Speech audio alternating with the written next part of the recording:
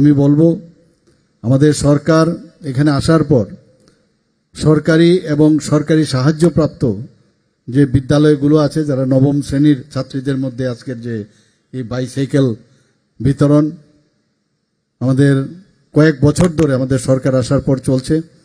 এটা একটা আমি বলবো ল্যান্ডমার্ক উদ্যোগ। আমি বলবো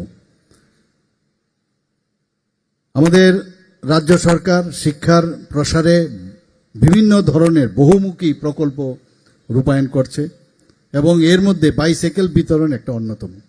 আমি বলবো আমাদের সরকার এখানে আসার পর সরকারি এবং সরকারি সাহায্যপ্রাপ্ত যে বিদ্যালয়গুলো আছে, যারা নবম শ্রেণীর ছাত্রীদের মধ্যে আজকের যে এই বাইসাইকেল বিতরণ আমাদের কয়েক বছর ধরে আমাদের সরকার আসার পর চলছে।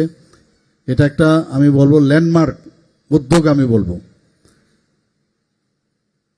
আমাদের রাজ্য সরকার শিক্ষার প্রসারে বিভিন্ন ধরনের বহুমুখী প্রকল্প রূপায়ণ করছে এবং এর মধ্যে বাইসাইকেল বিতরণ একটা অন্যতম।